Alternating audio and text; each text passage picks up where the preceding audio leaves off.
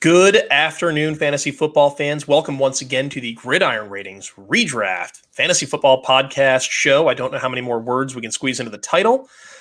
If you have a better name for us, we are all ears because we are plumb out of ideas and we feel really terrible about that. I am your host, Jeff DiMatteo, founder of Gridiron Ratings.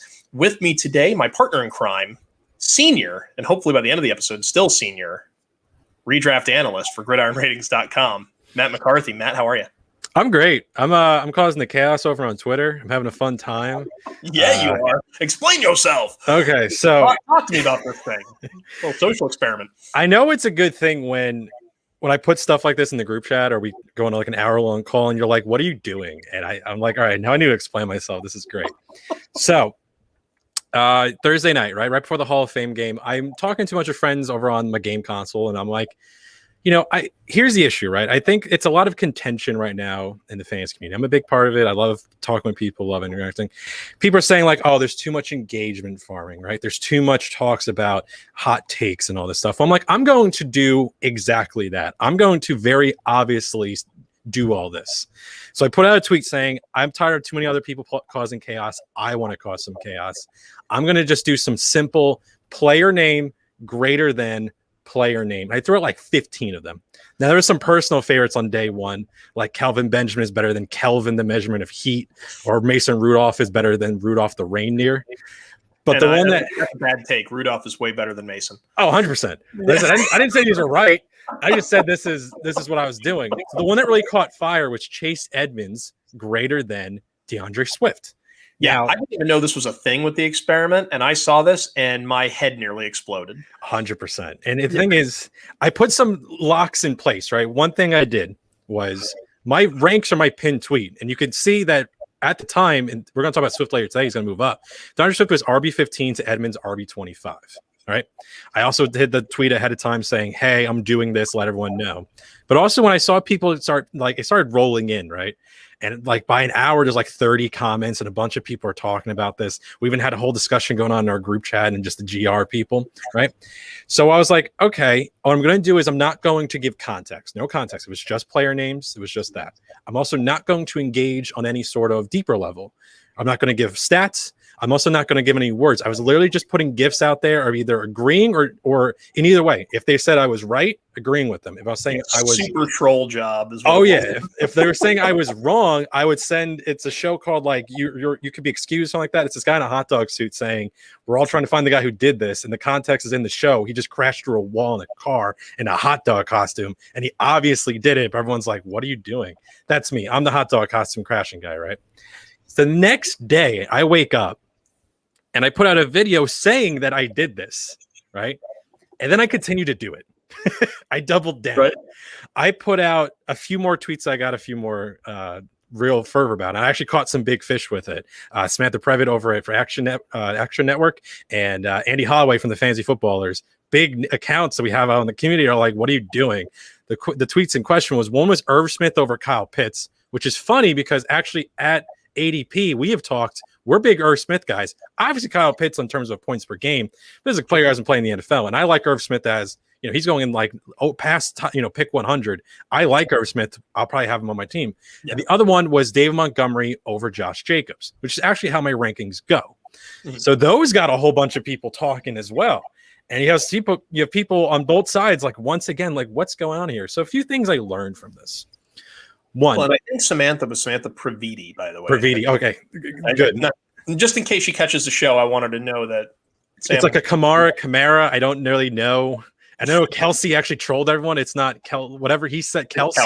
It's Kelsey. Okay, so Previti, thank you. So a few things I learned from it. What actually makes us better content creators? One is context. If you don't provide context will be provided for you. Right. So you have only X amount of characters to put on in a tweet.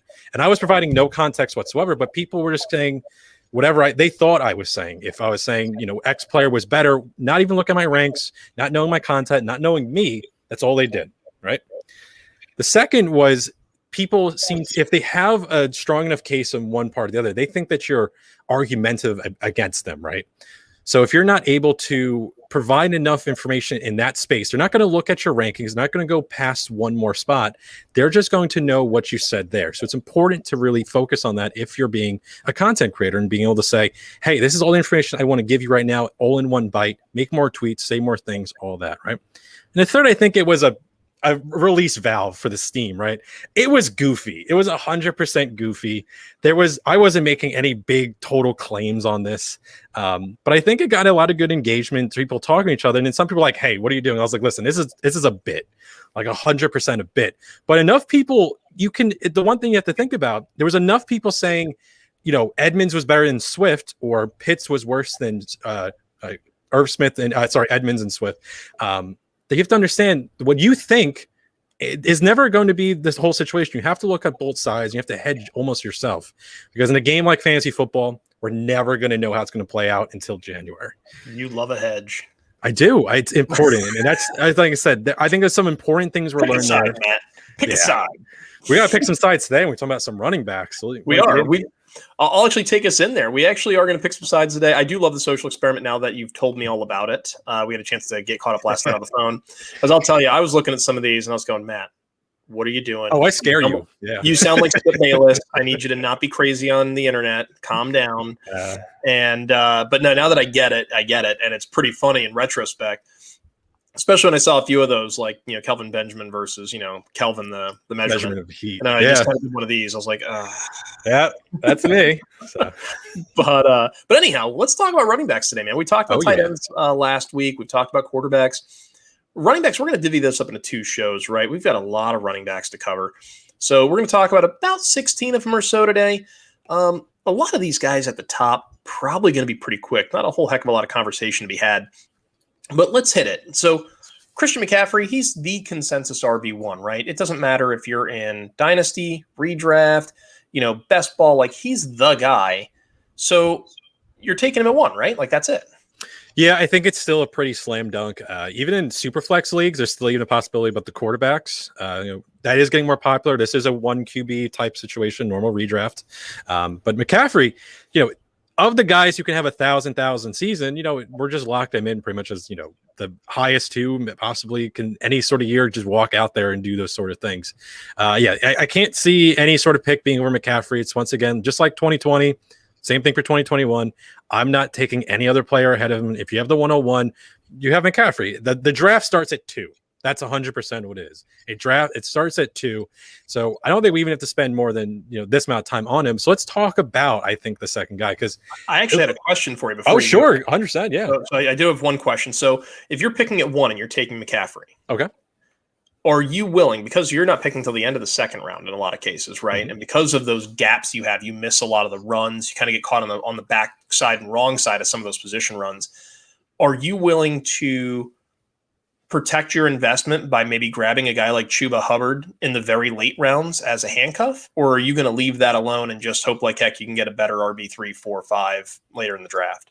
I'm particularly not. Last time we saw him out there, he played over 1,000 snaps in 2019 for Carolina. Different coaching staff, different players on the team, completely different situation. If you'd like to, and again, in 2021, I think it's a little bit more of a case to handcuff your players. I don't particularly think he's one of them, with Kamara and Madison, Kamara with Latavius Murray and technically Devonta Freeman, and over with, Dalvin Cook with, Alexander Madison and Mike Boone, if he's still even on the team. I think he's in Denver now. Okay, cool. Yeah, I think Mike Boone might be in Denver now. Yeah, that was totally just for the bit. But it's just, if you want to handcuff those sort of guys, cool. Chubb Hubbard, because, if you feel like it, but no one does what McCaffrey does. I mean, Mike Davis did a good little impression of him last year, but I'd rather take running backs with my last few picks anyway. I'm pretty much punting on receiver. If there's talking about like 15 rounds, I'm more apt this year to even take like a second quarterback in 1 QB league than receiver. We're probably going to talk more about that whole strategy when we get to receivers right before the season kicks off. But handcuffs, totally fine with it. Got it. Yeah, I only brought him up because he was a guy where he had a rough 2020, right? But was it 2019? I think it was, maybe 2018, whichever year it was, ran for 2,000 yards. And I mean, those guys don't grow on trees at the collegiate level necessarily. And so just the only reason why I brought it up there. But let's move on. Number 2 guy, number 4 based on ADP is Alvin Kamara. Mm-hmm. So talk to me about Alvin. I mean, We have no Michael Thomas. He's obviously been a monster forever and ever. What do you love most about this guy? Receptions. It's 100%. It's a receiving game. That's what matters. So I actually went through and was looking at two metrics for Kamara. One was going to be it's his touchdown rate from last season, and it's also his overall points per touch over the last 3 seasons. Well, he leads both categories. Last season on he averaged a touchdown every 11.7 carries. That's crazy. Now, a little bit of that is from the Minnesota game, because he scored 5 touchdowns in the game on 22 carries, but 11.7 carries for him. Cool. Great touchdown rate. That's one good thing to start on. But the other thing is, over the last 3 seasons, he has the highest points per touch of anyone in the NFL at the running back position of this group. I mean, we're not talking like, maybe it's like, if you have a handful of carries and he scored a touchdown. Cool. We're talking about the 16 guys we're talking about today, who are actually the 16 running backs I believe I'd be fine with as my RB1 if I was drafting a team and things, worked out one way or another. But Kamara beats Chris McCaffrey. He beats Dalvin Cook. Beats Austin Eckler, we're going to talk about a little bit, who comes in at second there. But Kamara, because receptions and him being able to avoid real hard contact is something that matters for us. And this team is going to be a little different than it's been in years past. 1, because Michael Thomas. And 2, I think they're going to use more of their backup running backs to fulfill that traditional rushing role. I think they're going to use Kamara in a little bit more optimal ways for fantasy. Now, if you want to say Dalvin Cook is better, we'll get to him in a second. But I think you and I are a little bit on this Kamara receiving game, especially in full PPR, which is what we're looking at for these ranks. I'm a big Kamara guy. Are you a big Kamara guy? I love Alvin Kamara. In my league of record, it's a keeper league, but it's only 10-man because that's all we could rally up 8 years ago when we put the league together. He's been my running back for 6 of those years or 5 of those years, whatever, basically since Kamara's rookie year. Whenever that was. And I grabbed him off the free agent heap, and he's been with me ever since. You mentioned touchdown rate. This is a guy that you're talking 6% touchdown rate. That's not just last year. That's his career number. That was just rushing numbers from before. That wasn't his total touchdown rate. That was just carries, which is not even not his game. His receiving work is the big thing. He was, he led the league in touchdowns in total last year. But since he was scoring so often on the ground, which traditionally people who are looking at running backs, they're kind of still not really putting too much credit on receiving work. It kind of still gets it's like, cool. He also, catches passes. That's kind of cute for him. It's like, no, that's the thing I'm looking at. I want that. Yeah. Well, he's one of the more talented guys out there, and everybody thinks of him as just a pass catcher because, and a finesse player, and he can't run between the tackles. Do you know how big Alvin Kamara is? I do not know off the top of my head. He's 5'10", 215. It's big weight. That's a nice weight. That's a good size guy, and we're not sitting here trying to talk up BMI because really it doesn't matter necessarily unless you're either really huge or really tiny. And so everything in the middle does not matter. The guy, he's got the girth. He can do it. He's got the girth. He's got the girth. He can get it up in there. He's a guy that can go between the tackles if needed. They're not going to use him a ton that way because he's at his best in space. He's electric in space, and he can make guys miss in the open field. This will be a really interesting backfield because everywhere I've got Kamara or anywhere I'm thinking about getting Kamara, I'm also planning on grabbing Lat Murray too. Yeah, it's actually fun. I was actually having a conversation this morning with a big Saints fan friend of mine, and he said the same thing immediately. He's a guy who watches the Saints every single weekend. That's his only team he's watching if they're on. And the first name out of his mouth was Latavius Murray, and this is my former co-host back when I used to do in the 2020 season. And if a guy who's just locked into the Saints, that's all he cares about for the most part, is saying, hey, Latavius Murray, that's the guy we're looking at. That's the guy who we think we're going to have more usage of. I think he's important. We're going to talk about in the second episode of this whole sort of running back breakdown, but it's something to consider because Kamara can handle the work. He can do whatever he wants to do, but having him necessarily run into the offensive line 15 to 20 times a game isn't optimal for him. That's not the important part. That's not going to get you the fantasy points. Right. So Latavius Murray taking away those first down, everyone knows you're running up the middle, sort of 3-yard carry. Let Murray do that. He's good at that. I like Murray. I used to love him back when he was with Oakland. I think they were still in Oakland at that time. Yeah, they were still in Oakland. Yeah. That's the guy who can handle that work. Let Kamara do the fun stuff. We like the fun stuff. Yep, absolutely. I'm right there with you. I think those are good calls. Let's go ahead and keep it moving, though. So, another big name.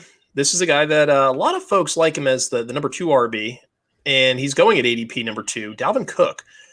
This guy misses, and we hate injury prone, right? No one wants to use the term, but it seems pretty consistent. He's going to miss 2 games a year, maybe 3.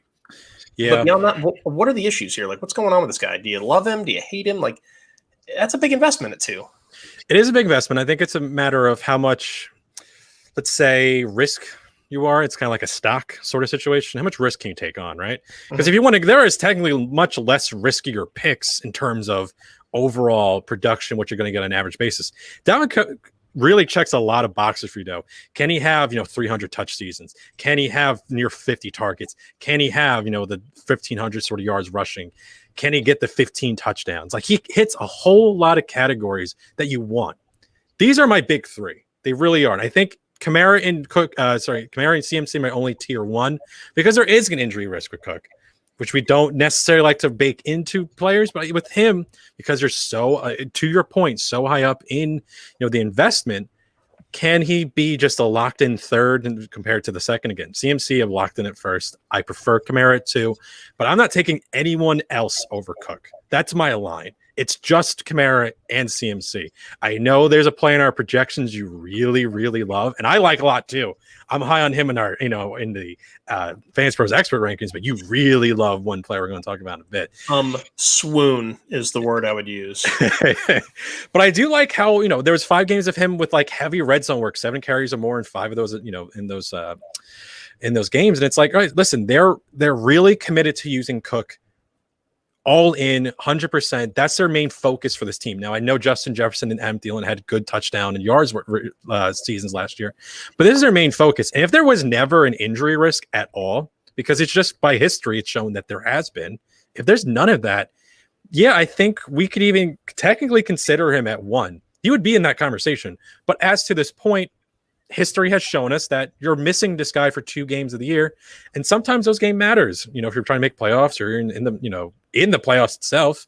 So I understand because I don't think you project him for 17 games. What in our projections, were we currently rolling him at as 15 games projecting him. So to your point, even in your projections, you are saying 15 games, and he handles projections. That's not my department. That's Jeff's department. So yell at him if you feel it that way. Yeah, it's okay. You can yell at me, and I'm fine with that. And I'm just going to be like, sorry. It's a listen, your favorite player in these projections, you only have projected for 15 games as well. I know. So. It's true. That is well. It's hard to project a running back for 16 or 17, right? 100%. So we're thinking expanded season. You still have off-season workouts and preseason games. There's a lot of snaps being had, and running backs take a lot of punishment, right? So for a guy to hit 17 games is pretty abnormal. Derrick Henry is like the outlier here, where he's just chronically hitting 17 games, and he's built different, man. That guy, he's actually a superhero. I don't know. Like, there's something going on there. It might be like an X-Men or something. I don't know. But I think that's what we need on Dalvin Cook. I mean, tremendous upside when he's on the field, right? I think we can all agree with that. Any given 100%. Week, he can be the RB1. The only issue is he could be the guy that breaks your heart in week 14 when he goes down with a twisted ankle. It's Mike Boone time, like it was 2 years ago, and everyone hated it. Alexander Madison, Mike Boone's in Denver. But he was in Minnesota. It was really funny because I wasn't on that train. That's really the thing. That's why I picked up. You just want to see the world burn. You're going to keep bringing up Mike Boone just to get that vein in my forehead popping out. Listen, no, because here's the thing, right? They don't know that on the phone conversation, you also are an agent of chaos. You just don't like saying it. Exactly. There's different things that I want to see happen in the community to watch it eat itself, okay? Like, I really want to see Jimmy Garoppolo as a top 12 quarterback and Trey Lance sit the entire season, because I think Twitter will eat itself. We talked about it. That entire offense was only really together for 2 games. That's just the passing offense. The running backs were a totally different situation. And I'm a 49ers fan, so like that would just make it all the sweeter. I'd be like, yeah, Jimmy, make Twitter eat itself. Anyway, that's not really on the docket today. Let's keep it moving. Oh no, so, has anyone made a Jimmy? Isn't Jimmy World a band? Has no one made it with Garoppolo's face as the logo? Oh god, they should have. I don't know. We'll get Roto Heat Craig on it. We'll see. Yes, my man, I love Roto Heat Craig. He actually helps us out on Getting Defensive. He's one of our co-hosts there, and he does a hell of a job. I have like 15 gifs of my face that he has made for me. So I've started to see them rolling through. Absolute comedy. If you're not following this on Twitter, you should be. And Matt's handle is right there at the bottom of the screen there. So let's hit the next one. Yeah. ADP of 6, but number 1, well, maybe not number 1 in our heart, it's probably number 3 in our heart. Ezekiel Elliott. Yeah. This is a hell of an offense. Like, this offense looks like if Dak is back at 100%, this offense is firing on all cylinders. You're talking about Cooper, Lamb, Gallup. Like, who you going to cover? You can't put 8 in the box against Zeke. That O-line, not what it was 3 years ago, 4 years ago, but still pretty dang good getting a lot of those guys back. Like, shouldn't Zeke be higher because he sees a few targets? He's pretty efficient. He's going to get all the goal line work. Like, this is a guy that could potentially surprise and be the RB1 overall, right?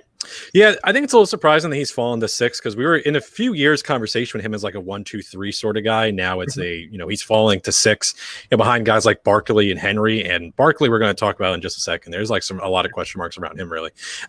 Elliott, he has like the most used running back we've seen in football. 1,032 touches over the last 3 years. He had the most snaps of any running back last season. He's been the second most snaps in 2019 and 2018. He's out there all the time. Now, that could also be used as a negative against him because we understand that at a certain point, he's going to break down. It's going to be he can't handle this amount of work. When exactly is that? Some people are saying it's possibly this year. Mike McCarthy did come out, and NFL.com was saying that there is a chance that we're not running Elliott 25 to 30 games because there's an aspiration for the playoffs. So I'm hoping that there are bad teams, so we have Elliott out there all the dang time. Well, don't sleep on Tony Pollard now because I'm not handcuffs because some of these guys are really good, and I like Pollard a lot. He's a great pass catcher. So, sorry, I'll let you take over. I kind of just like jumped right in on that, and that's really it because they're so confident in Pollard being this not just a change of pace and not just coming in to give him a breather.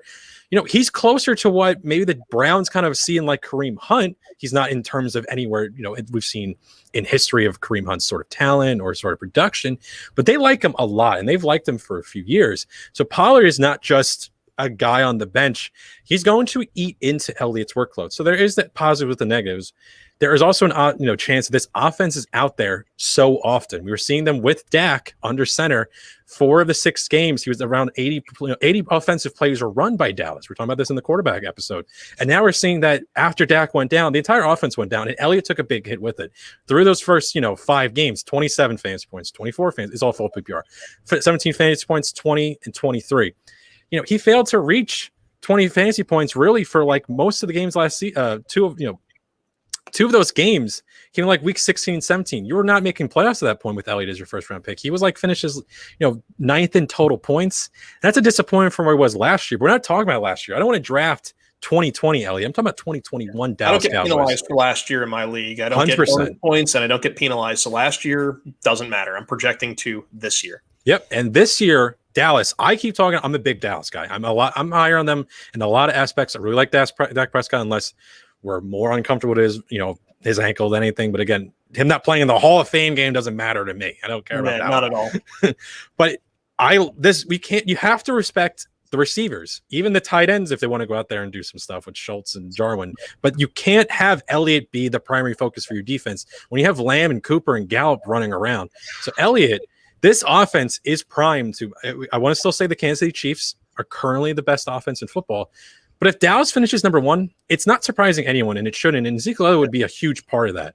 I'm in on Elliott here. I can't take him over the first 3. I don't think you would either. Would you take him over on any of the first 3? Maybe Cook, because you're not a big fan of the possible injury risk. Well, so here's the thing. I project Cook to have more fantasy points than Zeke, right? And I say I project that because it's not me just punching numbers in. It's I put in a bunch of parameters, and the computer tells me what's up.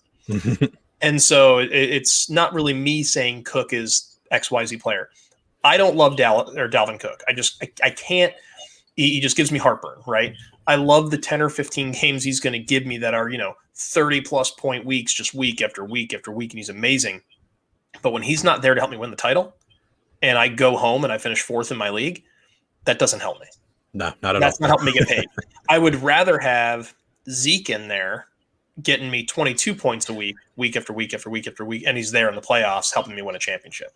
That matters way more to me, and I'd rather get him. I'd take him at 3 or 4 and be thrilled, and then I would go ahead and grab Pollard in the mid-rounds and know I've insulated my investment because the second, if Zeke were to go down, Pollard's an RB1 immediately. Yeah, Pollard's going around RB42. It's pick 118. So that's a pretty sizable, we're deep, round 10 plus sort of guy. I would take him at 8 or 9. I'd feel fine taking him in the 8th or 9th, depending on how the rest of my draft played out.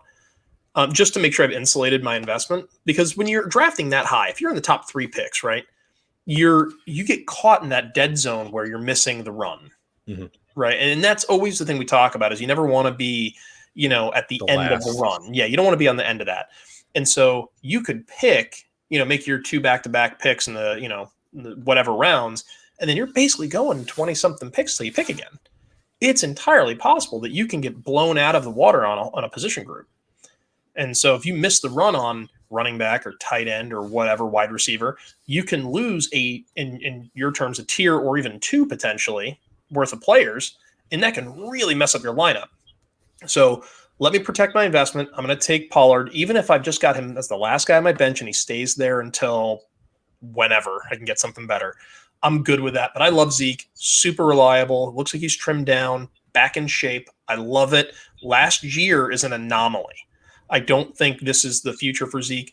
Now, if we wanted to talk dynasty, that's not this show.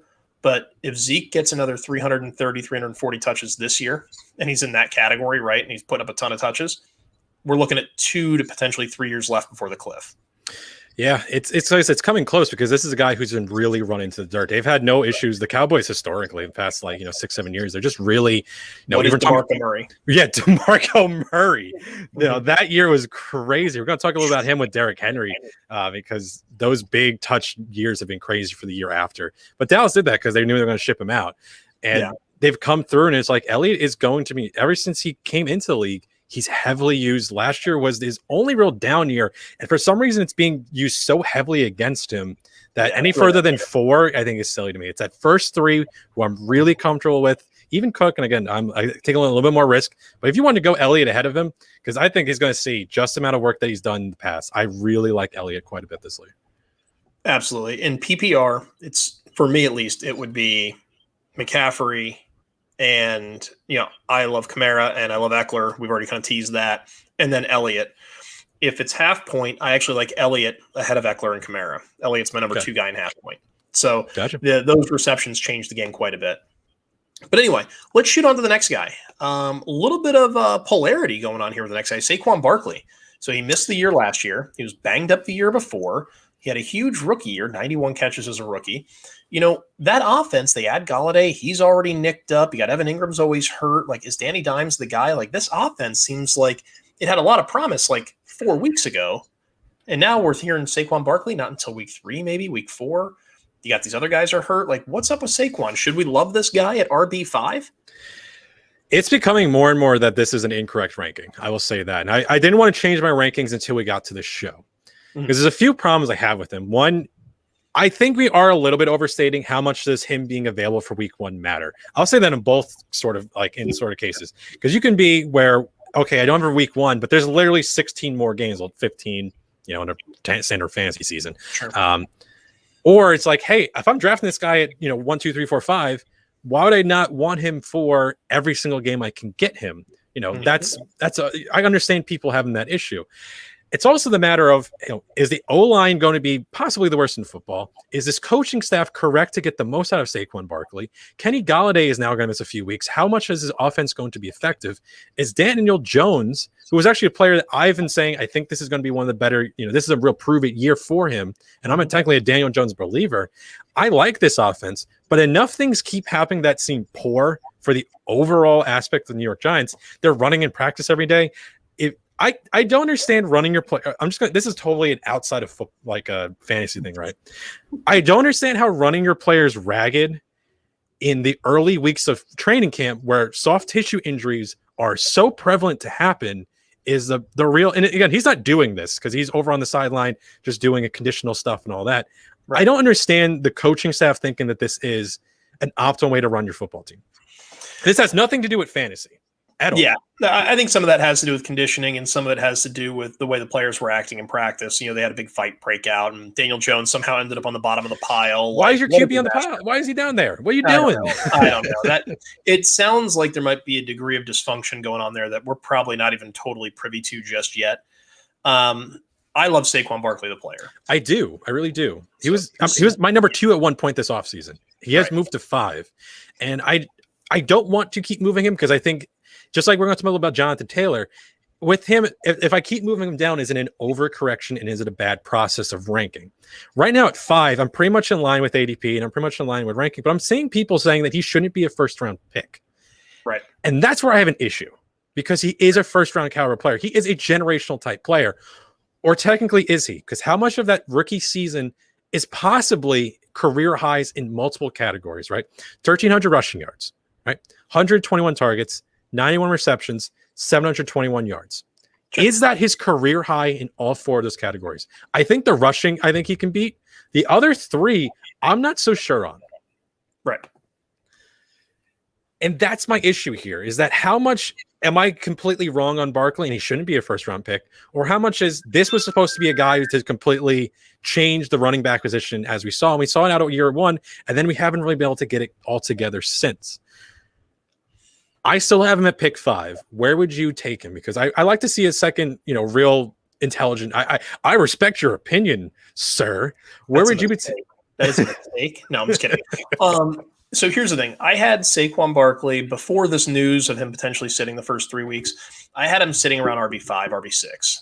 And I think he was actually at 6. And if he plays 14 games, he goes down to RB10. Which would be out of the first round, basically, with how I have my running backs currently. Right, assuming you get a couple of the elite receivers moving up. But I haven't moved Jonathan Taylor based on all the Carson Wentz news. So he actually slides right behind Taylor, and I've got Taylor at the RB9. So he's still right in that grouping. But that whole section kind of has some questions. And when Saquon came out, I was huge into him. He was one of those, every year I kind of pick who are my guys that have kind of that Hall of Fame kind of caliber upside. And Saquon Barkley in that draft class was the guy. Mm-hmm. The fact the Browns didn't take him number 1 was, to me, like completely insane because I didn't see Baker Mayfield as having that upside. It really should have been, I wanted them to land, an offensive lineman and Barkley and just go plug people in, like go get generational talents, load up Hall of Fame players. Nobody gets fired for drafting Hall of Fame players. And so that's always my method, right? Like anybody who says draft for need, don't draft running backs, don't do this, don't do that. I'm like, look, draft great players. It's true in real football. It's true in fantasy football. I don't care. Go get the best players. Saquon Barkley has a physical profile that we haven't seen since Bo Jackson. Before my time, literally before I was born. So, well, and Boja, I was a very small child when he came out, but we all have heard the legends of how he ran 4.21 or some nonsense. But of course, it was like hand time, whatever, in 1985, 86 when he was coming out. We've seen all the crazy stuff he had done, right? But when you think about just the height, the weight, just the sheer mass of the guy, plus his speed, his ability to cut, his hands, there's nothing the guy doesn't do, right? If he's healthy and he's right, he is the most physically gifted running back in the NFL. But he has to be healthy and he has to be right. And if he is, that rookie season is not his ceiling. Not even close. He's going to blow away the rushing numbers. Receiving numbers might be more predicated on the other outlying market factors that are out of his control. But from an efficiency standpoint, from a power standpoint, touchdown upside, all of that, Barkley has a lot more to show us. And I just hope the kid stays healthy because he seems like one of the legitimate good dudes in football. And yeah. And this is one where I'd really like to say, I like providing new rankings every few days if I have anything I need to update, any new information and all that. And Barkley, I almost want to keep leaving him here as long as I can. Because if someone drafts literally tomorrow using my ranks and I move Barkley down out of the first round and he goes out and he plays week 1 or he plays whatever week he comes back and he starts playing like Saquon Barkley like you want him to be, well then I was wrong. I did something wrong for other people because they come to us for advice. And if I'm giving poor advice, it just really feels like a situation where I can't give you the best information for him now because anything I'm doing is just really prognosticating. I can't tell you specifically how far along he is. The coaching staff is just saying, hey, they're happy in, where he is in his conditioning, but they're being kind of mum about like, hey, he might not be here week 1, might be week 2, but how much does week 1 and 2 matter? To the average person, it matters a lot. I'll say that at least. So if he starts dropping, congratulations to people picking 9 through 12, because you might see Saquon Barkley on your board where he shouldn't be there. So cool for that. Yeah, if I'm picking there and he's sitting there, it's an auto like just smash the button and I'm taking him. I don't even care if he's playing the first 3 weeks or not. Now, if he's missing 5 weeks, I might be a little more hesitant, right? Because missing 5 weeks and you don't have your RB1, that's bad. Yeah, right. Now you're talking about, I don't have my RB1. Who do you replace him with? Are you going RB? Like, how far do you push or kick the can with wide receiver? And then you're in a position where you need a little bit of luck to win a few of those games to get him back in your lineup and then subsequently make a playoff run still, because you're not starting 0-4, 0-5 and still having a great shot at winning a title. Like, that's just not the way the world works, unfortunately. But anyway, we're running low on time because we're lollygagging around on some of these. So let's pick it up. So we got Derrick Henry. We already referenced Henry, right? Like, he's a superhero. He's built like a superhero. He does things better in real life than most people have done it in their dreams. Give me a little bit of Derrick Henry. We know he doesn't catch the ball. We know he's going to run. That offense seems like it's going to be more efficient than anything we've ever seen before. The one real issue I have here, right? So you've only seen 6 players over the last 20 years even have 2,000 rush yards. He did something we're historically not seeing like these days at all. Like 2 of them been since 2010. So the issue is there's been such a low percentage of them. There's my first article I wrote actually last year when I got into this fantasy space was talking about players coming off of 400 touch seasons. He was just under, I think, like 397 or so. It might have just been his carries. But regardless, Christian McCaffrey. Also, basically. Yeah, that's really the thing. You might have like 8 receptions. They're just talking about Christian McCaffrey. I did not want to be right that Christian McCaffrey was going to get hurt in 2020. Oops, but I did. No. Here's the thing. Derrick Henry, if you're going to have only like 2 or 3 guys of the last 15 to even do it, went back, like to like 1990 or so. The only what people that have it were Steven Jackson, LaDainian Thompson, but that's because they had a good size load of receiving work. Steven Jackson had like a very good receiving year after this big 400 touch season. So if you have like a 20% shot of him actually replicating high RB1 or even RB2 numbers, because you had a lot of guys miss time, get hurt, fell off. We're talking about like guys like Edgerrin James. We have I forgot his name, Edgerrin, whatever. Talking about yeah, okay, cool. I didn't want to. You're there. I wasn't correcting you. You had it.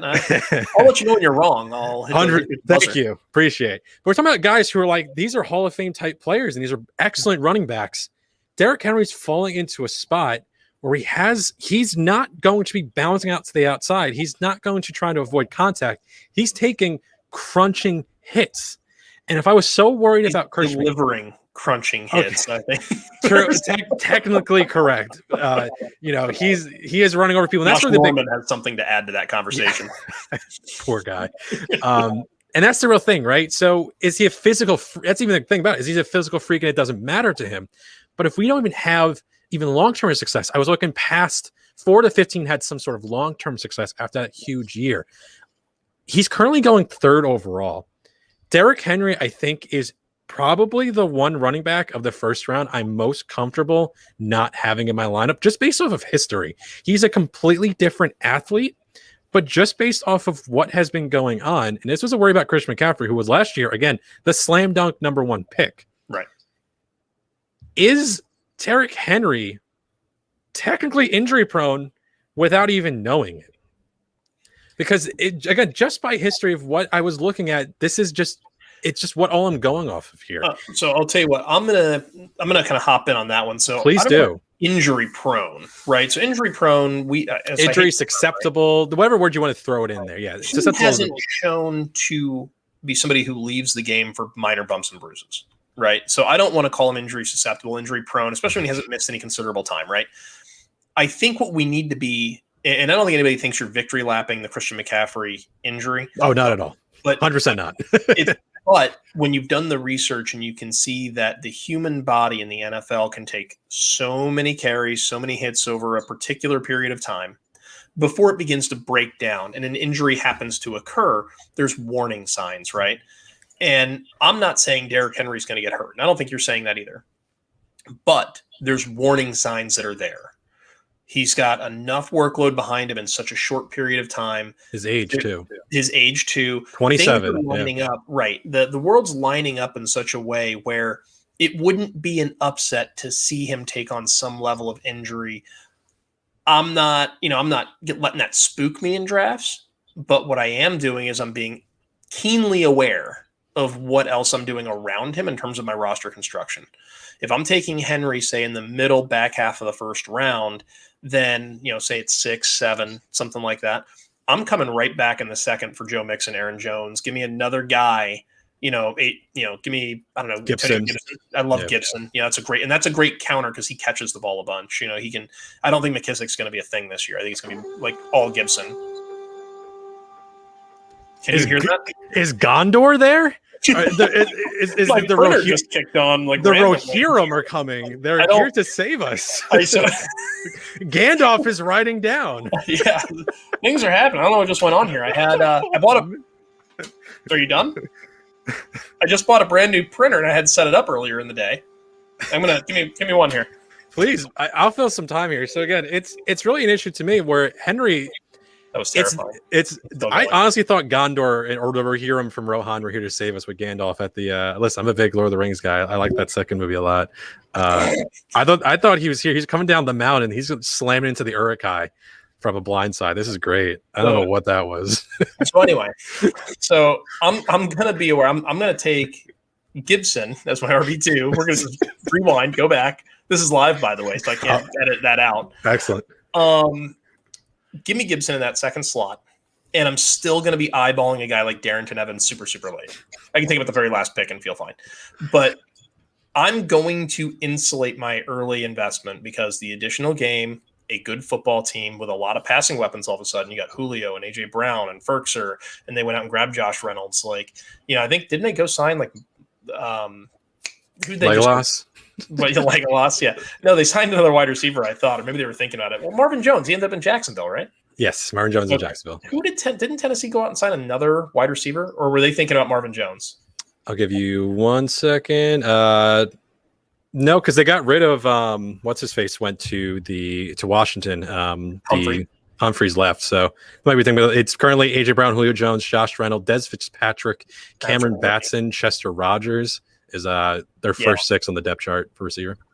I don't know how defenses are going to plan for this. You can't put 8 in the box against Henry. You got to double AJ Brown. You got to double Julio. I don't know how this is going to work. I don't know that he sees the kind of contact that he's seen in the past, but I am worried about the workload. I'm worried about the age. There's some things where if I'm drafting him, I'm going to insulate him as best I can. I'm not worried about Aaron Jones and getting AJ Dillon. I am worried about getting Darrington Evans to go with Derrick Henry, though. And it's easy. Again, it's kind of lazy to say, it's easy to just bet against after a career season that hasn't been seen in a decade. 2,000-yard season, he's not doing it again. Yeah, okay, cool, Matt. That's an easy – that's a – for 1,700 total yards, and that's a no-brainer. Double-digit touchdowns.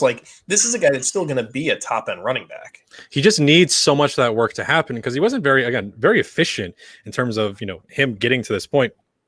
In terms of Derrick Henry in fantasy points per touch, he's one of our lowest from that whole group. 0.87 fantasy points per touch in full PPR. Well, that's because he doesn't catch the ball. Exactly. That's the if whole we took it down to his points per carry, that would be he's probably a lot more efficient than, say, Alvin Kamara. And he wasn't very efficient on touchdowns. 22.2 carries per touchdown last year, and he had 17 touchdowns because he got 378 carries. He technically is not very for the modern fantasy game. He's doing a lot of things very well, but he needs to do it exceptionally well like he did in 2020 to actually stay on pace for guys who are just going to catch 60, 70 catches. That's really the whole thing of it. Sure. Yeah, and he's making up that difference. But let's bounce on from Derrick Henry. I think the printer kind of threw us off there and extended it a little longer than needed to. My man, this guy's going. This is the killer value still in drafts. The RB9 ADP, 12 right now, right? I guess it's the RB12. Is that how this is broken out for me? Austin RB9, 12 overall. There you go. Yeah, 12th overall, RB9. I would take him with a top 4 pick in PPR. Austin Eckler. Yeah, he's getting there. Talk about Austin Eckler because I can talk to you all day about Austin Eckler. And I really want to move him ahead of Derrick Henry because I can't sit. And that's another one. I think PPR is no brainer. And that's the thing. I wanted to leave these rankings till I came onto the show. And this is adjustments going to be made because I look at, again, fantasy points per touch. I was like, hey, I'm just seeing how much can I get? It's pretty much bang for my buck. And Austin Eckler has, 539 touches over the last 3 years. But if he's getting 1.2 fantasy points per touch, okay, cool. If he gets 20 touches, we're talking about 22 fantasy points. Awesome. Right. I love that. That's great in my lineup. I love points. He gives me a lot of those. Yep. So points Austin Eckler in your lineup. Exactly. And if he's going to be in situations where, he's not going to be running into the line. I like these backs that don't have to take crunching contact or give crunching contact, Derrick Henry's case, if you can avoid injury in a position where we're trying to chase every single year, only 2 running backs in the top 24 in total points last year had 16 games played. So we're talking about guys that like once a game, there's gonna be a game every single year. Okay, I don't have my RB1 or my RB2, whatever. Okay, but at least when Austin Eckler is available, he's going to ball out. And if you're going to have a guy who can see 100 targets, and since 2010, only 21 running backs have had 100 targets. 13 of those have been since, 2017. We only have a handful of guys who've seen 100 targets in multiple years. CMC, Kamara, Le'Veon Bell, Darren Sproles. He can move into that group where, okay, we're talking about the guy who's going to possibly be leading the position in targets. Right. Austin Eckler is completely being undervalued. I love what I was actually having a conversation last night about Mike Williams in this LA Chargers offense, but I think Lombardi come over from New Orleans, someone you've really talked up highly in terms of a coach. I think they can make the most out of Kamara and Keenan Allen. I think having short yardage attack could possibly just use your weapons, and they're very good at running routes. They're very good at getting into space. They're very good at missing contact. Take advantage of that. You have 2 of the most excellent players at doing that in the NFL, and Keenan Allen and Austin Eckler. Do that, and you're going to be extremely successful. Yeah, absolutely. I love the coaching staff coming over. Like, this is going to look like Saints light, and it's going to put Herbert in a great spot. And it wouldn't shock me in the slightest to see like 150 targets to Keenan Allen, and Eckler sees nearly 100. People are talking at Mike Williams and trying to convince me that he's going to be this late round guy, whatever, because Hunter Henry's gone and vacated targets. And what you have to remember is that vacated targets doesn't mean a damn thing. It's like earned targets is a better word to use, really. Like he's filling a role. Targets out. Well, you got to when you look at the vacated targets, and you got to see where they came from. So all of their vacated targets come from the tight end position. They're playing between the numbers. The only time Hunter Henry went outside the numbers was actually in the end zone when he'd go and he'd play the corners. They put him by the pylons. For Mike Williams, he plays in the perimeter. He's not between the numbers. He's not lining up that way. He's not lined up as a big slot. They're not using him that way. He's a perimeter wideout that doesn't really stay healthy. He's had a litany of injuries since his last year at Clemson all the way up to now. And he doesn't command that target share. He's not working that part of the field. So really, you got to take Hunter Henry's targets, and you've got to peanut butter them across the remainder of the tight end group. You've got Jared Cook is there now. Parham is kind of a sneaky guy. There's going to be a little bit of love for Eckler there. There's going to be a little bit of love for Keenan Allen there. A little bit of love for anybody else working the middle of the field. Really, Mike Williams is competing with guys like Jalen Guyton and all these other dudes. But that notwithstanding, that's a whole other topic. Mm-hmm. Fact is, plenty of work for Eckler. This offense is going to be humming. The Raiders defense isn't very good. You get them twice. The Chiefs defense, sorry, I don't think they're very good. I think they're a little overrated. That's going to be a pretty cush matchup. Then you go ahead and you got Denver. Denver looks better. Denver's interesting because of what they run defensively. They basically come at you with a 4-2-5.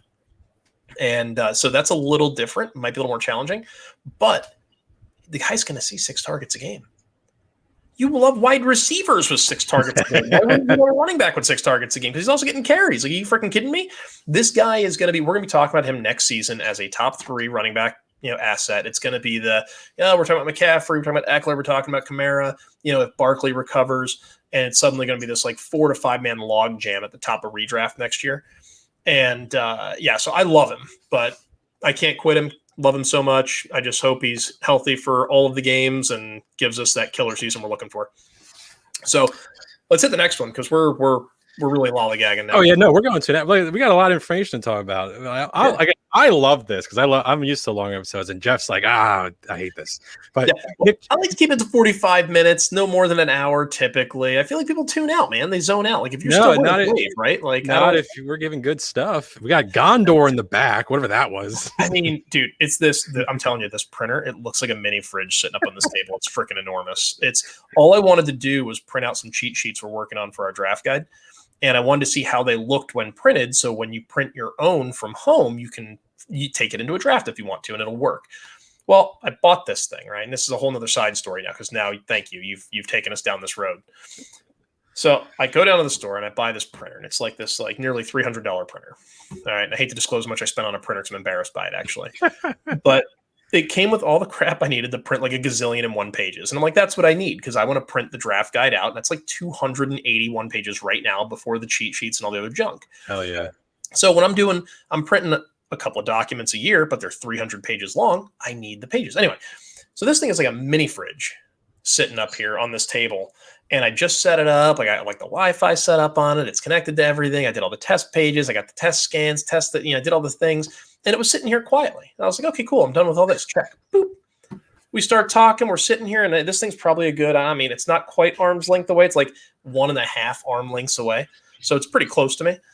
And I really thought it was turning into a Decepticon. There was a look of shock on your face. I thought it was in my house. I thought a fire alarm went off. No, I didn't know what it was. I thought my printer was about to, murder me. And so that's where we are. But we should get back on the running backs now that we've had that little interlude where people were able to go ahead and go. Next one, we'll make this one quick because I think it's just it's Nick Chubb, right? Nick Chubb was same sort of situation with Derrick Henry. I think you're going to give him a little bit cheaper. I think he has the exact same fantasy points per touch, 0.87 as Derrick Henry, which is good because Chubb was not seeing it work at all that Henry was getting. Mm-hmm. Big thing with Chubb, second half of last year, because they were using Hunt just kind of, I call him as a running back closer to Nick Chubb's like real mainstay. He's the primary. He's Jacob deGrom out there. He's throwing heaters, right? Mm-hmm. Towards the back end of last season, they really started moving away from Hunt as they're going to the playoff push and they're trying to need to win games. If games are going to be close, Nick Chubb's going to see, around 20 sort of plays per game, which is odd again, because this is technically a timeshare. If they ever want to take the reins off and just give the job to Nick Chubb, we're talking about the best rusher in the NFL, because I think on a per touch basis, he could beat out Derrick Henry. It's just a matter of when is that going to happen? And technically I am a Chubb guy here, just a little bit above ADP. I have him like 7. He's like going around like, 10th overall. So it's like really a matter of, do I love him just a little too much? So you just like a little Chubb? Little mini Chubb. Half Chubb. And listen, you saying it's fine because it's like you're the founder of the site, so I'm just playing along. If I brought it up, then it'd be an issue. Because I'm 13. I have the mental. I'm the adult here. That's what I'm senior analyst in terms of age as well. Apparently, But yeah, just a real quick, like 30-second thing is are you in on Chubb as well in terms of like if the reins come off and they really lock into him, which again is sort of a coin toss because we saw him be very good in games last year. So did see a little bit of receiving work towards the end of the year. Does that continue into 2021? I guess I'm a little optimistic, but how high are you on him? I want a little more goal line efficiency. Obviously, I like guys like Saquon, Eckler, and all those guys we've already talked about a little bit more. I actually probably like Chubb more than I like Dalvin Cook. And that's simply because he's healthy, right? The guy's just a rock star. I mean, he missed a couple of games last year, but that hasn't been a pattern for him.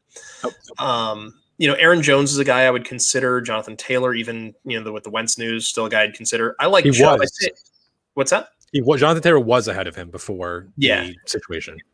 Yeah, and I think I still like Taylor. I think he's generational, but Chubb is a phenomenal player. It's just one of those things where if you're watching the Browns, how angry do you want to get when you see Kareem Hunt getting, valuable touches, whether it's late in games and they have to salt it away? Because the Browns are going to be good, right? So if they're using Hunt to salt away games in the first, 2/3 of the season, how many of those games are you losing because you missed out on an extra 6-7 fantasy points from Chubb because Hunt got them?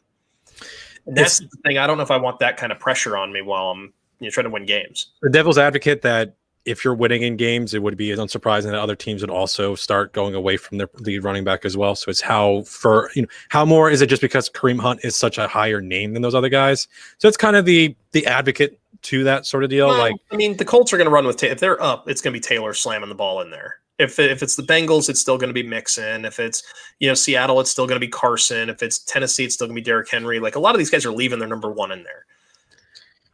I'm just saying. I'm just saying, and I'm volleying it back.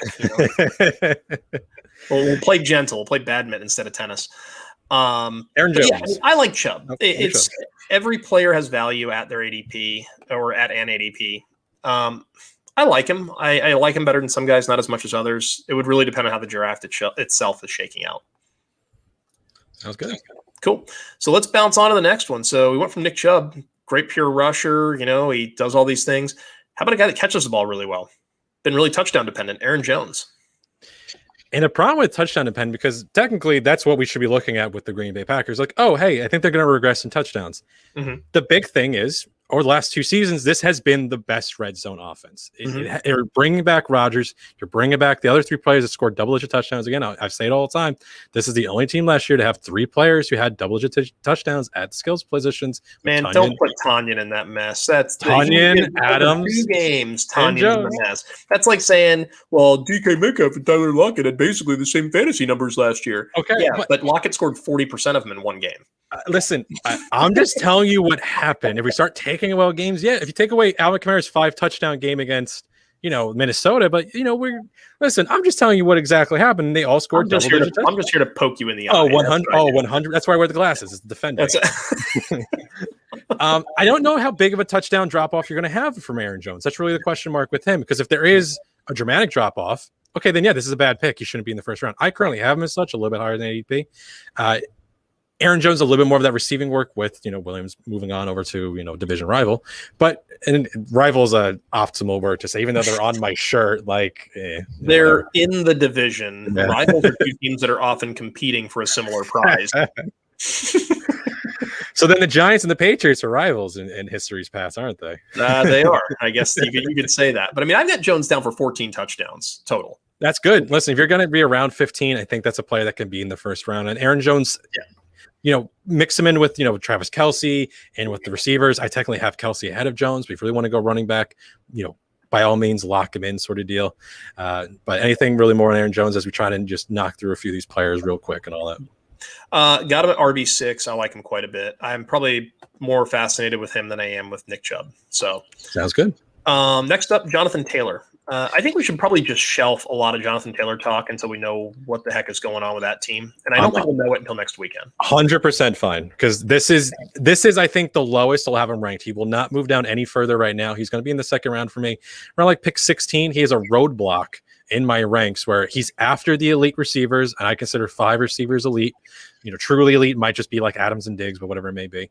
But after that, then we start looking at the rest of the running backs, who are we got coming up? Gibson, Carson, and then the 3 guys who are kind of in that turn from rounds 2 to 3, which would be, and then that's the last group of running backs I think should be considerable for your first running back on your team, which would be Clyde Edwards-Helaire, DeAndre Swift, and Najee Harris.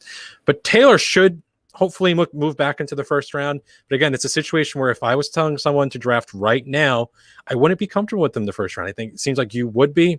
I'm playing off the information we have. I don't like projecting too far in the future because that's where you get caught. I don't like making too much big claims on things. Najee Harris from the Hall of Fame game is one, because you have people saying he should not be in the first round. You have people saying he shouldn't be in the first 3. After 1 game, it's so strange. He had 7 touches. What are we doing?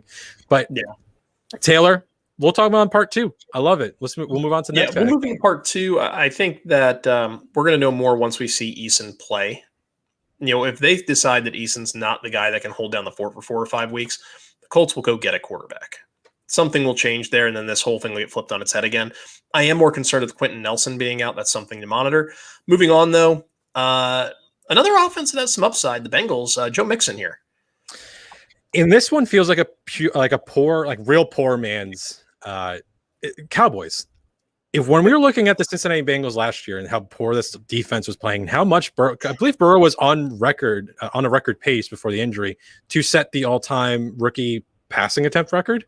He was averaging 40 attempts a game. That's crazy. And if we're going to have into a situation, the Bengals offense is out there so often, with Mixon now standing alone as the really only playmaker in the backfield. I understand people not liking Mixon. He has been very bad on a per touch basis. Of the players we're talking about, he is the lowest at around 0.78 fantasy points per touch for the last 3 years. That is not good. I understand that not being good. And I think we actually, I'm fine rounding out this episode with just this and Gibson. This way we'll leave the other guys to the next episode if we want. Unless you want to go much like I could be here all day. I have no problem with that. We'll try and shoot through the list here. It might be a long episode, but I think we'll be okay. 100% fine then. So we'll slow it down a little bit. So Joe Mixon. Not too slow.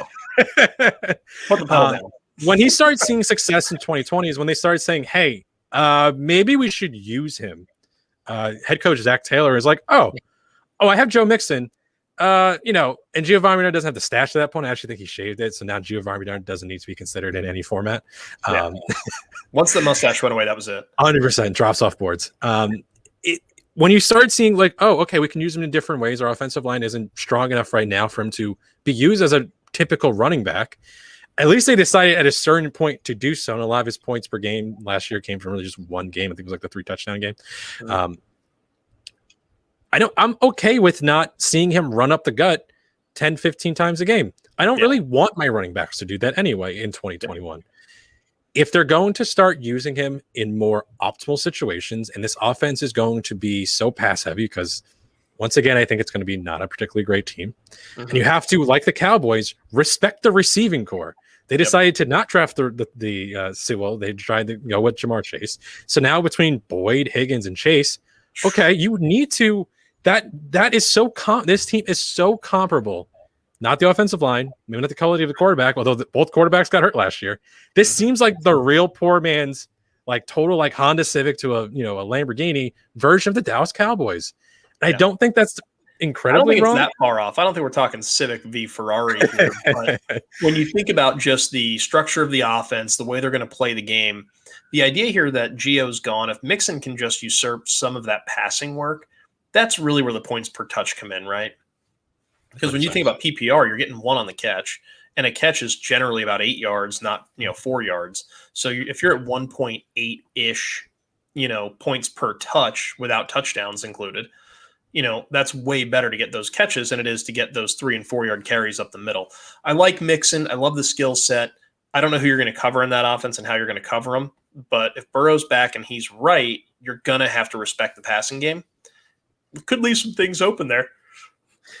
As the old man yawns, I'll tag in. I need another shot of caffeine. I'm getting to that point in the day where I'm gearing up for my second V8 of the day. Oh, yeah, he's winding down. But again, the one thing I will say out of training camp, I'm a little worried about Burrow. I'm a little afraid that he's playing scared right now. Oh yeah, I've been hearing the same reports. And that is worrisome. And people playing scared, if you're not sure, if he's worried, he's technically medically sound to play. Mm-hmm. But again, this is not for you. I have to explain to you.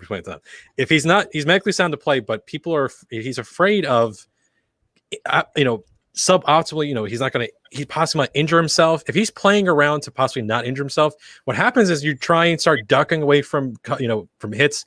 You start moving in ways that your body is not supposed to be moving. There's a chance for re-injury. If that happens again, yes, this offense falls out way off the rails real quickly. So I don't like that at all. And that's really more against, that's possibly against the receivers more than Mixon, but it plays against the whole entire team. You need your quarterback slinging in the rock to really be, all, full bore. So that I'm a little worried about. Mixon, to me, a lot of people, you're either really in on him or you're really out. And I guess technically at where I'm ranked, I'm sort of in, but because I don't know. Because like Eckler with you, I think the most guy I'm in on, and I'm with you on this, is probably Eckler, who's going to move ahead of Henry, and he could probably move ahead of Barkley if Barkley starts sliding down. I think that's my most in on guy I have at running back of this group so far. Mixon's got to fall to me, I think, is where I'm at with it. And so just so there's more clarity on the Burrow thing, some reports are coming out of camp from some of the beat writers that apparently he was getting to a point where he was, I guess, trying to move his leg, like almost swing it out of the way of phantom contact. I mean, he's playing right now with guys that are trained not to touch him. Yeah. And so I don't know how that's going to manifest itself in real games where real bullets are flying. This is a guy that might need some considerable preseason snaps. Otherwise, there could be a really rough first 3-4 weeks of the year while Burrow just kind of gets his bearings back. Let's shoot to the next one, though. Here's a questionable offense. The Washington football team. Can we just call them the Washington Footballs? I actually kind of like that they're called the Washington Football Team. Is that kind of like a hot take? I kind of like that name as it stands. And I like soccer, so I'm not much of a soccer guy, but yeah, I look at it and I'm like, it was annoying to me because I had to go back into my entire database and change all of the WAS Washingtons to WFT. And I don't even know why I had to do that because they're still Washington. So I got that work and I was like, well, I didn't even have to do that. That was stupid. Antonio Gibson. Guy played really well last year. A lot of people are hung up on his touchdown dependency. I don't think that we need to worry about that. I do think that we're going to see McKissick take a back seat. Gibson's going to catch more passes now. And this is his backfield. What say you?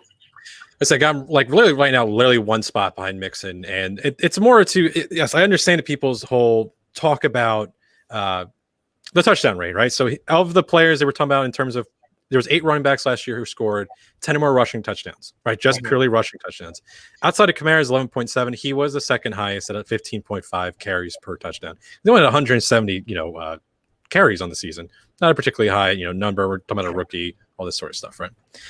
Last year, they were very dependent on just offensive production. They were pretty desperate for it, right? So McKissick seeing as much receiving work as he did. Logan Thomas is another one. We talked way about how we're both extremely out on Logan Thomas.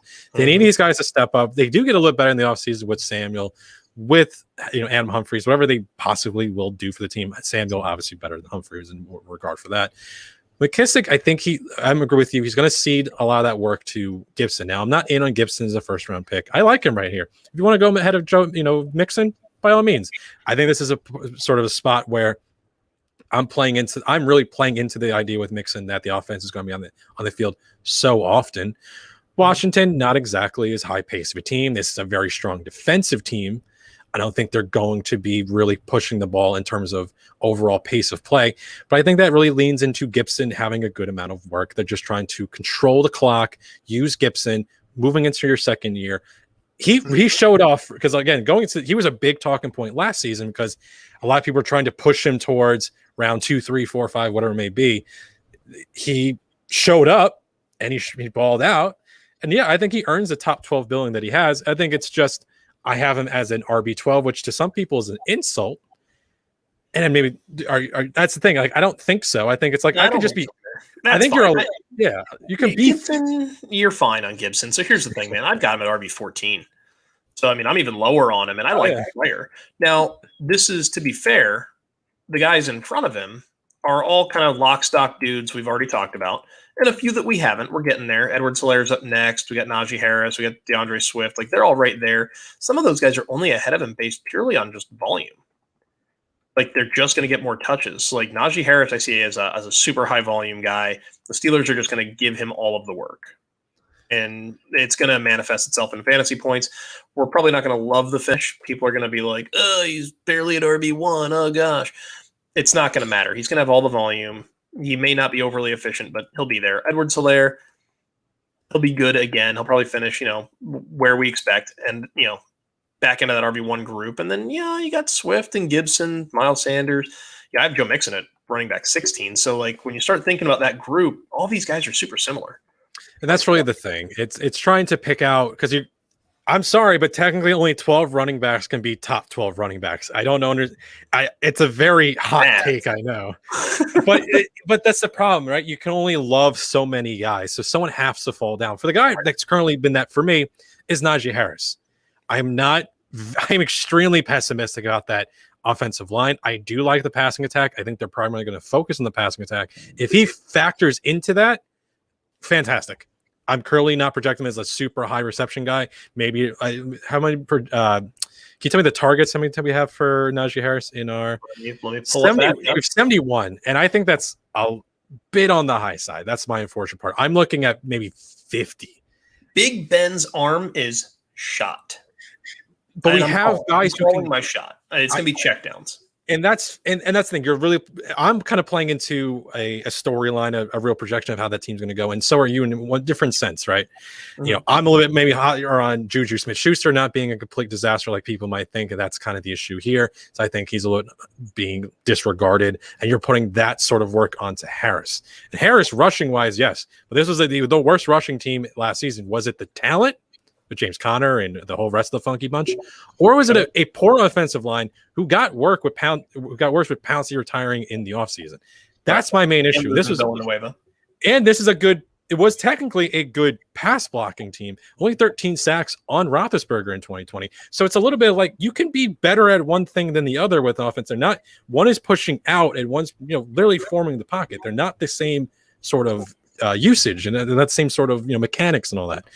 I'm a little worried about Harris being so pushed up because we did this last year with Clyde Edwards-Helaire. It feels exactly the same scenario. Now, we didn't have Le'Veon Bell stepping into this backfield. Yeah, I don't know about all that. So Edwards-Helaire jumped. As soon as he was drafted by Kansas City, he was anointed as like a top 6 running back because everybody wanted in on the Chiefs offense. Now, the difference with Najee Harris is that he's a little bit more physically gifted than Edwards-Helaire. I'll concede that the offense isn't as good. Those targets aren't coming away from Juju. I think Deontay Johnson's going to cede targets to Juju. Eric Ebron is going to be ceding targets to Najee Harris. We're not going to see Ebron be much of a factor. I don't think the tight ends are really going to play into the offense very much. This is going to be a situation where we're going to see, I would argue, more like a 2018 type Steelers team. Imagine with Lev Bell, Juju, AB, all of that. Only they don't have that AB guy on the outside. I don't think Chase Claypool's going to be the thing people are expecting. Everyone's like, oh, Chase Claypool's amazing. Look, you can't tell me Deontay Johnson's going to catch 100 balls. You can't tell me Chase Claypool's going to get 10 touchdowns and Juju's still going to get 100 and something targets. Najee Harris is going to be the man, and then simultaneously tell me that Big Ben is going to be the 27th quarterback. The calculus doesn't work. I agree, because we're talking about 2018. That's 675 pass attempts, and I'm with you on that. I really think I don't understand Roethlisberger, and he's someone I'd rather draft Roethlisberger than one of these bum receivers. That it just feels like roster fodder, right? I'm just staying away from it. I mean, I'm taking Najee in Dynasty for redraft. I'm gonna dance around him. There's plenty of other proven guys that I know what they are. And if I'm sitting there looking at Najee as my running back 2 in the middle of the second round, I'd rather have an elite receiver like Steph Diggs or somebody else who's probably still sitting there. Yeah, that's really so. And this is we're talking. This is one of the good, a good player talking about roster construction. So he's going. So Mahomes has finally started to drop. Great, he's now 17th overall instead of 11th. Awesome, people were doing it. But Najee Harris is still going ahead of DK Metcalf, Kevin Ridley, Darren Waller, Justin Jefferson, George Kittle, all different players at different positions where, okay, I understand you like Najee Harris, but now we're talking about as a top 12. This is you're giving me Ridley over Harris. You're giving me Waller over Harris. You're giving me, who else did you say? DK Metcalf. I might take DK over Harris. Antonio Gibson at his position. I'll take Gibson. Justin Jefferson, AJ Brown. I'll take AJ Brown. Jefferson, I want to know what's going on with that AC joint. Well, that's super. That's totally super different. mega new news. But a week ago, I would have taken Jefferson over him too. Keenan Allen. What's that? Keenan Allen. Yeah. I'd probably take Keenan Allen. I love the targets. Yeah. So we're talking about pretty much that Najee Harris should be a 3rd round pick. Then that's pretty much what we're saying. Yeah, and I'm comfortable with that. And exactly. I know he won't be, right. Everyone's got the shiny new toy syndrome, and we're seeing that with Matt Stafford and his ADP, and people are suddenly all in on Robert Woods, and it's guys. There's only so much work that can happen in the offense. And the first year for a quarterback, this guy's not Tom Brady. But anyway, that's not really a part of the show. We'll talk about that in another show. Is there anybody else we want to really cover here? I kind of want to hit DeAndre Swift. Because Clyde-Helaire, I think we're just going to see more of the first few weeks Helaire than the second. I think he's a very good floor play. I think if you want to talk about Harris being more exciting as a ceiling, 100% fine. Because DeAndre Swift needs to move up for me. Swift is moving up for me. I was very much out on the player. I was at one point really consider at one point it's going to sound silly because I really value receptions, and I was completely undermining how many targets and receptions DeAndre Swift can get. That was my big issue because there is a drop off after again my RB 16 in ranks at the current moment is Najee Harris. Right. My RB 17 is Mike Davis. Those guys aren't even it's like a round apart. Najee Harris is going to be a 3rd round pick. Mike Davis, we're talking about 4th, 5th, whatever sort of thing. There's a huge group in between those two players. Right. DeAndre Swift needs to move up ahead of guys like Chris Carson, who again, kind of boring. We don't have to talk too much about. I think he's being disrespected. I like that offense from the first half. Change of offensive coordinators. You could throw out the first half of if you're going to throw out the first half of the Seahawks season, then throw out the second half of 2020 because you can't. They were so amazingly good in the first half and so abysmally bad in the second half. This is not the same Seahawks team. Draft for 2021. Don't draft for 2020. Right. DeAndre Swift, if he can possibly see that same 100 target sort of workload that we're looking at for guys. Hey, listen, you're the Swift guy. If you're saying 100's too many, cool. I'm saying 100's too many. So here's the thing. Because it is too many. That's a lot. Yeah. Here's the deal with Swift, and I'm going to spell it out. Now, this is about – so you and I were on the phone several days ago, and one of the things I brought up was kind of this, signal point intelligence, right? It's trying to figure out, what are the data points that are leading to a particular result. So with Swift, I'm looking at – the first thing is who are the play callers, right? So we got the Danimal, right? He's got his did you see his press conference talking about his coffee? He's got his venti. Okay. and he gets 2 of them. He gets 2 ventis, no. pike, and he gets the 2 espresso shots. He does that in the press conference, just like that. And he calls it like a black eye. It's like 2 black eyes is what they call that, I guess. I don't know Starbucks. That's not really my thing. I don't drink coffee. Yeah. Yeah. But it seemed pretty intense. This is an intense dude that likes old school football. It means he likes running backs. You got Anthony Lynn, who has had some of the most fantasy relevant running backs, or in terms of a collection of fantasy relevant running backs, since he's been a running backs coach going all the way back to Buffalo. We're talking like 10 years ago. These are guys that are going to make the running backs productive. Okay. You've got a middling quarterback at best in Jared Goff. You have no conceivable wide receiving talent on the roster.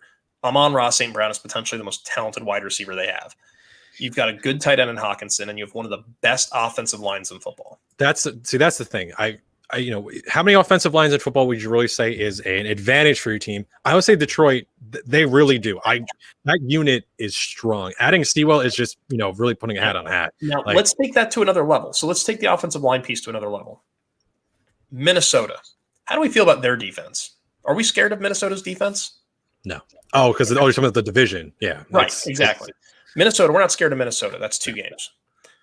Are we scared of Chicago right now with all the players they've lost?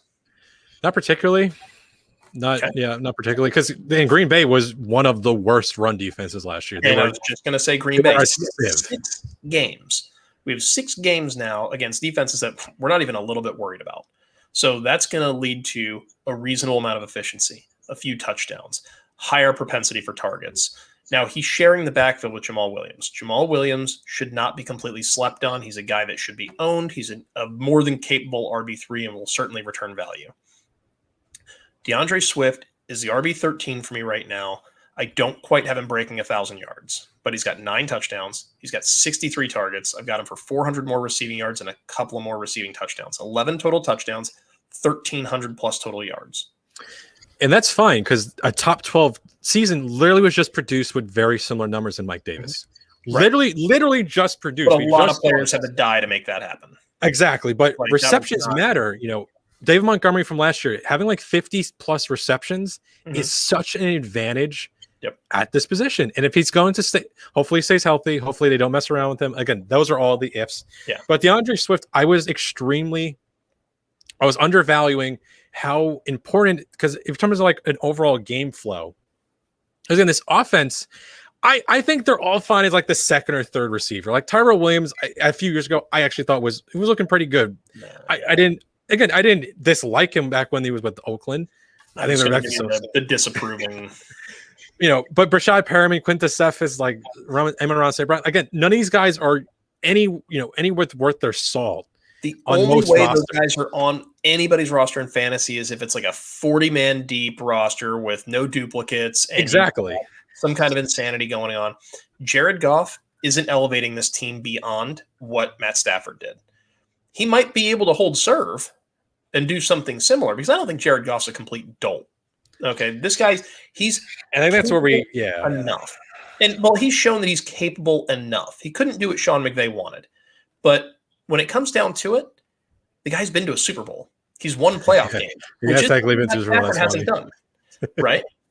And he did it in a year where Todd Gurley completely fell apart on him at the end of the year. He did it with the demise of Todd Gurley, and everybody forgets that. He's made Cooper Kupp and Robert Woods completely viable, and everybody's trying to talk about Robert Woods and Cooper Kupp. Well, look at what they've done the last several years. Well, you hated Jared Goff. How is that result going to be? Well, he's been a screaming value with Jared Goff. And you're saying, you can't tell me the guy's crap and then talk up his wide receivers because of what Goff did with them. There's a lot of things. There's a lot of things you're leaving out, like the whole other side of the ball, which is one. Detroit's defense is going to be terrible, but I'm not worried about that. I was about the Rams defense back. The Rams. I'm not worried about that. That doesn't impact my fantasy performance for my offensive players that much. No, I was just talking about the Super Bowl thing, because I know someone out there listening is going to be mad at that, but I'm just going to. But at the end of the day, he's been there. He's been there. Stafford hasn't. Yeah. No, that's a fact. He stepped on the field. There was the flyover with the Jets. Mariah Carey came out probably. Yeah, they did it. Yeah. Mariah Carey or somebody like that. But I agree. I really, at first I was like, this seems like a team that is like, they can win like 2-3 games. I don't know about that. I think that they're going to do at least is see what they have and DeAndre Swift was my favorite player of that running back class when it came out. I was just talking about it last year. I was like, all right, I think Clyde has the most immediate path to success with Kansas City. We all saw that. Jonathan Taylor, I was like, but I made a clear point. I was like, 2021 is Jonathan Taylor year. And we're talking about as a first round pick. We're not talking about the layers of 21st round pick. Sure.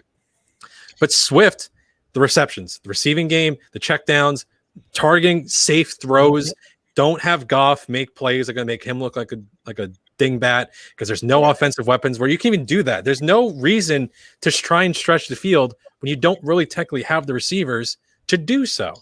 Right. So if we're going to make it so Goff has as less mistakes as possible, which, coming into a whole new coach, because again, this is a whole lot of stuff that's happening. A whole new coaching staff, new quarterback, a ton of new offensive weapons outside of Swift and, Quintus Cephas and Hawkinson sticking around. A lot of this team just kind of came together outside the offensive line, which is a total plus for Swift. So if he's going to be able to do it effectively through the air, have some good rushing numbers, because again, that's a good push up front. Unless they put, all 11 defenders on just Swift, which I can't see as a winning strategy, but let's see what the Lions kind of do out here. Yeah. They won't. At the end of the day, the thing for Swift, and the only reason I got a little conservative on him is simply because I like Jared Goff. I think he's competent. I don't think he's good. I want to make sure we have a delineation here. I'm not out here saying Jared Goff's a top 12 quarterback, but he's a guy that can keep the ship steady. He's not going to be converting a ton of third downs to that receiving group, though. So they'll be off the field, and it dinks his carries, it dinks his targets because they're just not running enough plays. But Swift is immensely talented, and he's certainly worth taking at ADP. Easy return on investment. I will say this. You know what this team feels like? They didn't, I don't know, because Tennessee, it feels like Tennessee before Tennessee was Tennessee. Because you have a team that kind of came together with more like, it's like, okay, is this coach like aggro? And he's like, seems kind of aggro and variable. And it's like, all right, is he going to be able to put it together? Because you have Campbell who's going to, eat someone's knees and stuff. And then you have a smart offensive coordinator in Lynn. I think he's going to you have a dynamic running back who can do multiple things. You have at least a second player who has, Hawkinson is a real talent position. He was drafted as so. This matters for this team. Yep. AJ Brown, we didn't think was going to be this. AJ Brown is a very pleasant surprise, but this feels like Tennessee before we kind of thought it was Tennessee. And again, that might sound stupid because this team, again, not a lot of people are projecting to be very good, but it's going to be in a situation where we're kind of like it for fantasy points. I think actually one of these receivers is possibly going to emerge as like a wide receiver 3. Congratulations on picking which one it is. Yeah, I'm not even trying to throw a dart at that mess. I'm not either, but it's going to happen. That's going to just naturally happen. Yeah. Someone's going to see enough targets from this offense. It's not going to take – we talk about these defenses. We're not scared of them. It doesn't take an elite defense to limit Jared Goff. So, that's going to be easy enough. There's going to be some lucky shots here and there. You're going to get, Perriman's going to catch 2 long touchdowns in a game. Yep. It's going to be huge. And then you're going to go ahead and you're going to pick him up off waivers. And then he's going to give you like 3 straight 4-point weeks. But like Marvin Jones has done that before. So I'm just saying, like, we have seen this from Lions players. Some of that, but we want reliability. We want points in your lineup. That's the kind of thing we always are preaching. None of those guys are going to do that on a consistent week-over-week basis. It's Swift. We're a little conservative on this. You're going to get him at ADP 28. Like, you're talking, that's 3rd round. Yeah, no, he needs to, like I said, I'm going to move him up. I think he really needs, it's okay. Confirmed Swift over Chase Edmonds, by the way. Yeah. An hour and 20 minutes. A long shot. We had a little internal brouhaha. Listen, again, and it was, I had my rankings right there for everyone that can see. Edmonds, these are both players beginning of the preseason I did not like. One has went the different direction here, which is DeAndre Swift. I'm recognizing that I was wrong. And it's important to say, listen, your process can always get better. Your opinions can change on players. And DeAndre Swift, I think, needs a little bit more credit to his name. And again, there are real Swift lovers on him that he's like a 1st-round value for some people. That's possibly a mistake because that's really way at his ceiling. You're saying like, okay, the 1,700+ season in yards is confirmed to happen. When it's, listen, I'm happy with a 1,200, 1,300 yard season, 100%, because we just saw a player like Davis do so. So, cool for these guys. Again, even to Harris, I'm fine with Harris as my RB16 being my RB1 on my team, because my RB17, we're going to be talking from Davis onward next week in our part 2. There's a lot less important guys because the reason we spent an hour and 20 minutes because this is important. The position is so freaking tough every single year. And these are the 16 guys that I want to have 2 of them in my lineup. If I can roster 2 of these guys, I think I'm looking pretty sweet. But if it means I don't still want to punt on guys like, that first receiver group, and again, we talk about them, a lot of these guys are still going to go behind them. I don't want to get too excited about these guys. Again, as we always say, points in your lineup, after basically Taylor, who should, again, if the news is good on both, Quentin Nelson and Carson Wentz, should move ahead of those elite receivers, but don't force these guys into your first round. I don't think that's a smart decision. Right. And we've said that in a few places because we're going to be wrapping this bad boy up. So yeah, we're gonna, so here's where we're at. Don't force guys into your lineup. Put points in your lineup that make sense. Be sure to check out the Gridiron Ratings Draft Guide. We're getting ready to launch some cheat sheets for it and all of that. It is available on gridironratings.com. You can check it out under the premium tab there. We're happy to help you out. We've got offensive packages, defensive packages. You get the draft guide. You can get all of it in one kit and a caboodle. The cheat sheets will actually break down for you how to separate these guys in terms of valuation. If you want Matt's rankings, you can see them on Fantasy Pros. They're actually tagged in his main tweet at Methodical1.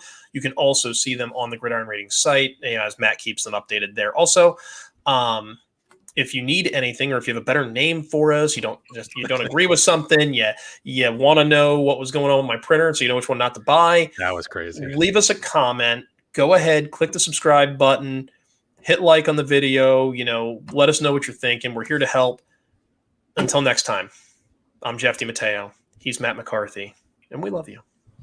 Take care. Sweet.